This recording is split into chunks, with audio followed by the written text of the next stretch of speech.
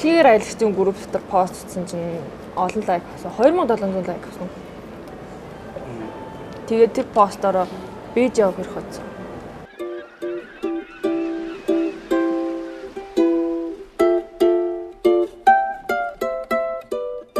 Би өөрөө багш мэрэгчлээ. Англи хэлний багш гэдэг. Манай монголчууд солонгос руу агуулх ажил хийж явдаг. Тэгээд би өөрөө бас тийш явж ажил хийж үзье гэж бодоод зуныхаа амралтаар солонгос руу явсан. Тэгээ өөрөө явж үзээд юу нэг агуу хэцүү юм байна гэдгийг агуу сайн мэдэрсэн. Өөрийн 4 цагт босоод бэлдээд 5 цагт ачааны машины ард суугаад ажилдаа явна.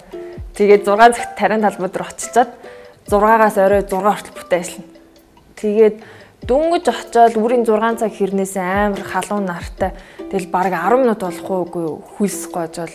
Гэр хорооллын жижигхэн модон байсан дотор ингээ вандангууд дээр ингээ хүмүүс игэн суугаад тэгэл ажил өгдөг их чинь ингээл дуудаад ажил бүхнийг хүлээгээд сууж идэг.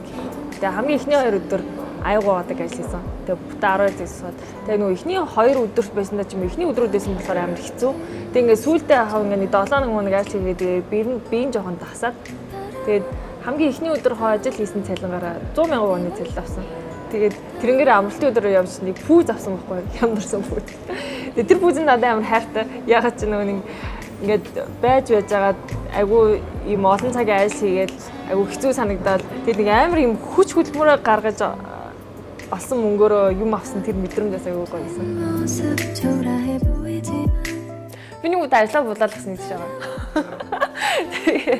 Нөгөө ажил ооцолдог газар өглөө 5 өнгөрүүлэх очоод суусан.